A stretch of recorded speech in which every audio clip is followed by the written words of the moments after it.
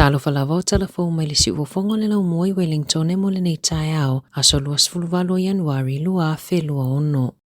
Ua whaamani leo la tau te le Itali peo o atu le wala au na wha o atu ai se popolenga o se tangata e winga i leo no solo ele i Mount Manganui tolu i tu la mua ai le i solo palapala na malili wai tangata i Mount Manganui. Na saunoa se tasi o tangata na api ai i lea taimi na wa aia se taavale ale pulenga nu o pasiane i lumo le nofuanga i le luai tu la ai le i tupu le wha lave. Ua wha ai loa wha i tele ingoa i la tau na malili i e solo nga ele o Lisa Ann McLennan limas fulu tausanga, Mans Logue Bernardson lua se fulu, Jacqueline Suzanne Wheeler fitu tasi tausanga, Susan Doreen Knowles fitu fulu tasi tausanga, Sharon Mechanico se fulu lima, ma Max First Lee se fulu lima tausanga. Ile lua itu la mua ai le isolol palapala, na vala awa tuai le na vilina leo ile taavali ale pulenga nuu na pasiane, ma taawa tu iai ua iai si tama isolo nga palapala. E na tele imotinope na lango na maila na vala au, ai sa vaveo na alu ese mai loe le no fuanga na iai, malona manatu, e toe vaveo na o atu le pulenga nuu e longo umatangata mawhaia iai se fuanga, na saunoa lakse na nanafi, o le amautino le whaioso e suenga i lea mata upu, ai mai seo vala au na faa o atu, pele i ono fo ia lea whaafi tauli, e ala i le vave ave ese mai o tangata i lea no fuanga i le taimi mua,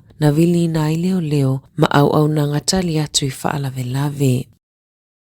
E silia mali se lau se fulu au nanga ale New Zealand Post ua fuafua e tapunia au nanga ia i tutono fale talavai, fale tusi maisi tama i fale oloa. Ole afa au pea o na tatala la taula la e lima se lau no fitu i le atunuu, fa apea ma fale meli i nuu i tua. Ole tapunia ai o isia la to au nanga, ina ia o ngatusa mamana onga le malo, e toe fa atulanga i ta aiala i le mo o mio fale meli New Zealand, ma toi loi ta aiala na fa ataatia mai i le afeiwa se lau waru se fulu. O atu ina atu se lapata inga mai le pulenga nuu a koa i tangata i e tola wapi i se nofuanga i koa e tatawa na o atu i le asofarai nei uo e se malea nofuanga. O le tausanga taluai na o atu ai ni whaasea ai le pulenga nuu a koa i le nofuanga o lo api ai tangata o na o le saunga le mu. O le nofuanga e mo tola wapinga e le sili atu ma le limas fulu aso peitai ua mai tawina le no nofotu mawai o tangata i kalaveni mafale ie. Whaailoa Nicholas Irons o le Forward Trades Direct o le lisina le anofuanga i whaapea. E na te e naina se tangata e sulu atu mo se vaenga o le nofuanga i fia nofuai, ona o le lenga fatia e tangata o le tau o fale. O se tema o le tau sangata luaina whaatonu ina ai e le pulenga nuu, matu ina atu le lima se fulu aso, ia i la tau nano nofuai, e sa ili aini o la tau fale, ma o ese mai i le goa moto camp. O le whaiunga o Februari e umai le Lisia Irons, ma i loi le lumana ai mo le nofuanga.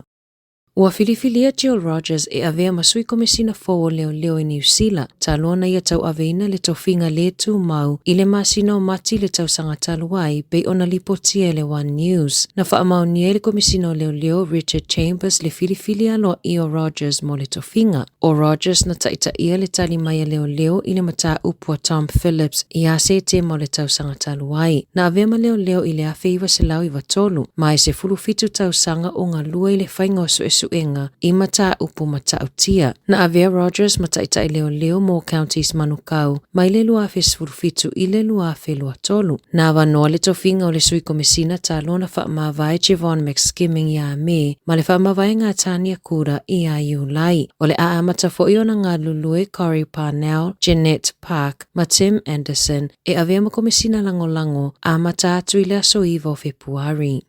Ua whaalawi loi ungo suenga ale soifua maloloina i le mata upu lena maliwa i se tina ono 5 tausanga le matua i le fale maikala i estete ina ua misi i fo maifo o linga po o aunga o le Eurosepsis po oni afianga ua pepesi i totonga ai mai se fatunga o maini faa mai ele i le leo na tonga fiti na maliwa i le tina ia Januari lua lua. Sa whaia i loilonga ale Health New Zealand i le tausinga o le tina Malesiaki ina o le soifua malolo ina i le fale mai. Na whaamaoni le tina i le renal colic, ina ua mai au na suesueina i le ED, matuina atu i aini fuala au mea tinga, na siiti atu le oia i le isi vaenga o le fale mai. Na ta ua le lipoti, na umi o whaale tonu le toto o le tina ina ua fua e fo mai, na manatu fo mai, o le mafua anga o le mawalalo o le toto o le tina, ona oni afianga mai i fuala au mea tinga na ia inuina, na maua le suiko mesina na whaia le suesuenga, e te le vaenga o le lipoti, e le imai au na whaatumuina e fo mai, ma tausi soifua na tiute i le ataimi. Ua whaatonuina le Health New Zealand a Waitaha i Canterbury, e whaato ese le ainga o le tina ua maliu,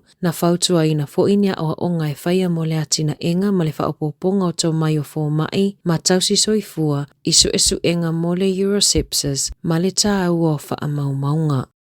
Ua whaalawi loe leo ingo le tina matua fitu tasi tausanga, ma le tamaititi se fulu tausanga lena maliliu i solonga ele i papa moa i le vaiaso taluai, o Austin Keith Richardson se fulu tausanga, ma lona tina matua ya Yao Fang, na maua i lalo solonga palapala i se fale Welcome Bay Road i papa moa i laso tofi, o Austin ina o ia le tama a leurungali i a Keith ma Angel, ma safa nau i Shanghai i Saina, sa malanga mai New Zealand i le valu o na tausanga.